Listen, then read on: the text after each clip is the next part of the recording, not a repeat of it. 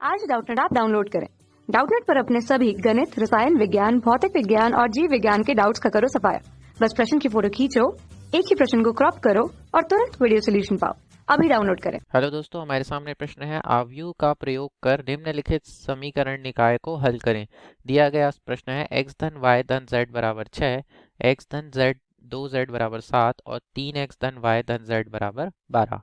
ये दिया गया है। तो इसका हल हम कैसे करते हैं दोस्तों? तो यहाँ पर हम दिए गए समीकरणों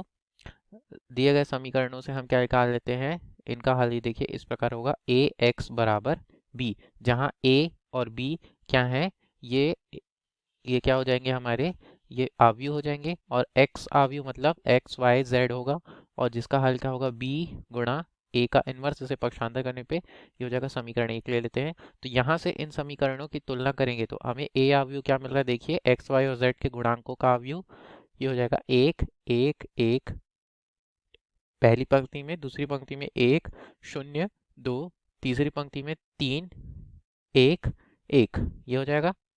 एक्स आव्यूह की जगह पे क्या आएगा, ये आ जाएगा एक्स वाई जेड, जितने हमारे चर राशियां हैं। और बी की जगह पे क्या आ जाएगा, ये आ जाएगा जो हमारे मान है 6 7 और 12, इस प्रकार से। तो दोस्तों समीकरण 1 से स्पष्ट है कि इन्हें हल करने के लिए हमें ए आव्यूह का क्या निकालना पड़ेगा, प्रतिलोम निकालना पड़ेगा। तो ए आव्यूह का प्रतिलोम बराबर क्या होता है, ये होता है एडजॉइंट ए, यानी सहखंडज ए बटा ए का सारणिक। तो इस मान में हमें सबसे पहले क्या निकाल लेते हैं, ए का सारणिक निकाल लेते हैं।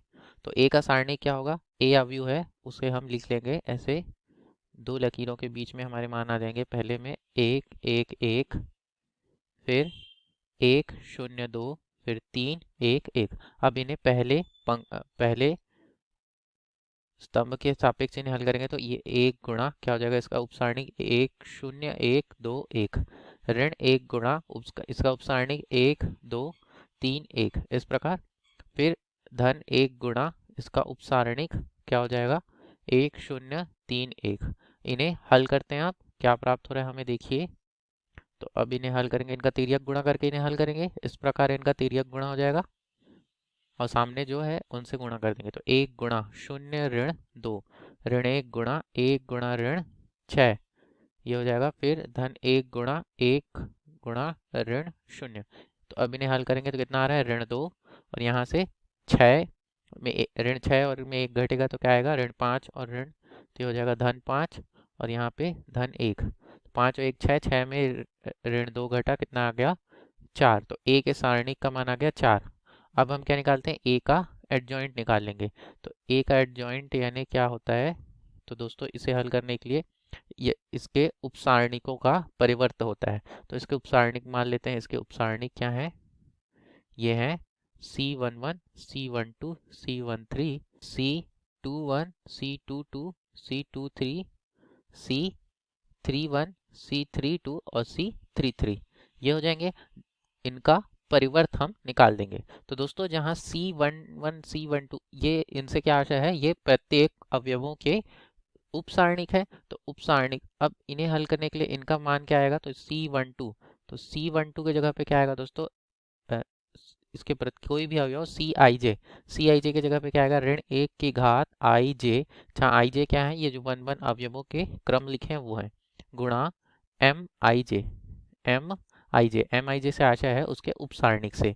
तो जैसे कि देखिए, अगर हम पहले के लिए लिए अगर हम पहले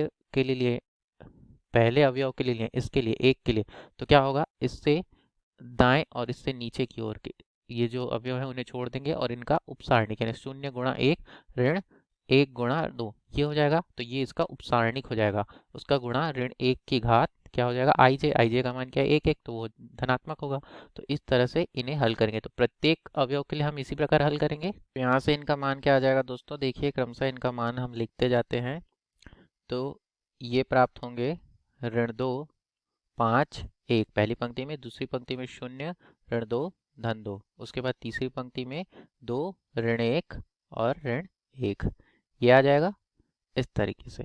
अब इन्हें हम क्या करेंगे, तो इन्हें हमें इनका टी, यहाँ पे टी है मतलब इसका परिवर्तन निकालना है। तो परिवर्तन निकालने के लिए क्या करते हैं, हम सभी पंक्तियों को इसके स्तंभ में बदल देंगे, या ये कहें कि स्तंभ को पंक्तियों में बदल देंगे। देखिए पहला जो स्तंभ है, ये पहला पंक्ति है, उसे क्या लिखेंगे, ये पहला स्तंभ बन जाएगा।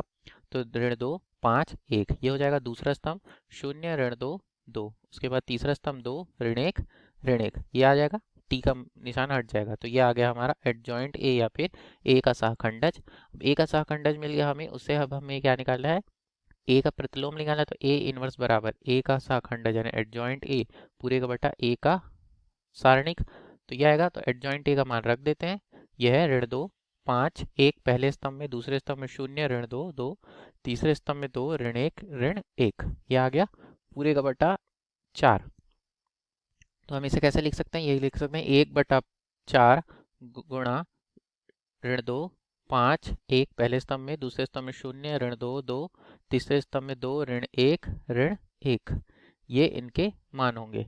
अब यहाँ से ए इनवर्स हमें प्राप्त हो गया। ए इनवर्स दोस्तों हमें प्राप्त हो गया, तो इसका मान कहाँ रखेंगे, समीकरण 1 में। तो यहाँ से हमें एक्स वाई जेड के मान प्राप्त हो जाएंगे। देखिए तो एक्स बराबर क्या है, ए इनवर्स गुणा बी है, इनवर्स गुणा बी है। इसे इस प्रकार लिख देंगे, इनके मान रख देते हैं। ए इनवर्स का मान हमारे पास क्या प्राप्त हुआ है, यह 1/4 गुणा अवयव के अंदर ऋण 2 5 1 पहले स्तंभ में, दूसरे स्तंभ में 0 ऋण 2 2, तीसरे स्तंभ में 2 ऋण 1 ऋण 1, यह ऋण 1 है। अब इन्हें हल गुणा कर देंगे किन से, ये b का मान क्या है, तो यह 6 7 और 12। तो अब इनका गुणा करते जाएंगे दोस्तों। देखिए हमें क्या प्राप्त हो रहा है गुणा करने से। तो ये हो जाएगा x यानी क्या हो जाएगा, x अवयव यानी x y z, हमारे चर राशि x y z बराबर 1/4, और इनका अब गुणा करेंगे। तो ये दोस्तों ये वाला जो अवयव है वो किस क्रम का है, 3×3 का, और ये जो अवयव है वो किस क्रम का है, ये है 3×1 का। तो इनका गुणा हो सकता है आपस में, क्योंकि इसके जो गुणज है वो समान है, 3×3 के हैं। और जो अंतिम में आएगा, जो अंतिम गुणज होता है, उसी प्रकार का नया अवयव प्राप्त होता है, तो वो कितने का होगा, 3×1 का।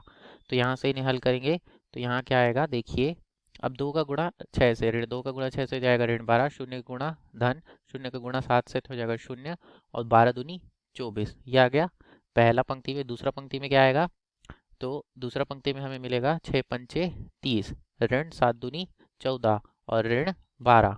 उसके बाद तीसरे पंक्ति में क्या मिलेगा, 6 कम 6 फिर धन 7 दूनी 14 ऋण 12। इन्हें हल करने पे तो ये आ रहा है 1/4 गुणा, ये आएगा अवयव के अंदर में पहला पंक्ति, ये हो जाएगा हल करने पे 12। दूसरे पंक्ति में क्या आ रहा है, ये आ जाएगा 4, क्योंकि 30 में 28 घट जाएगा, 30 में 26 घट जाएगा तो क्या आएगा 4। उसके बाद 14 और 6 20 ऋण 12, ये कितना आ जाएगा 8। तो अब इनका अंदर गुणा कर देंगे तो कितना प्राप्त हो रहा है हमें, देखिए 1/4 का गुणा करने पे ये हो जाएगा 4 तिया 12, फिर 4 एकम 4, और फिर 8 को 4 से भाग देंगे तो कितना आएगा, 4 दूनी 8। तो हमें एक्स वाई जेड आव्यूह बराबर क्या मिल रहा है, आव्यूह में 3 1 2। तो इसकी तुलना करने पर, इनकी तुलना करने पर एक्स वाई जेड का मान मिल जाएगा। एक्स बराबर आ रहा है 3, वाई बराबर आ रहा है 1, और जेड का मान होगा 2। यही हमारे हल होंगे। धन्यवाद। कक्षा 6वीं से 12वीं से लेकर नीट IIT JEE वो एडवांस के लेवल तक 1 करोड़ से ज्यादा छात्रों का भरोसा। आज ही डाउनलोड करें डाउटनेट ऐप या व्हाट्सएप करें अपने सारे डाउट्स 8400 400 400 पर।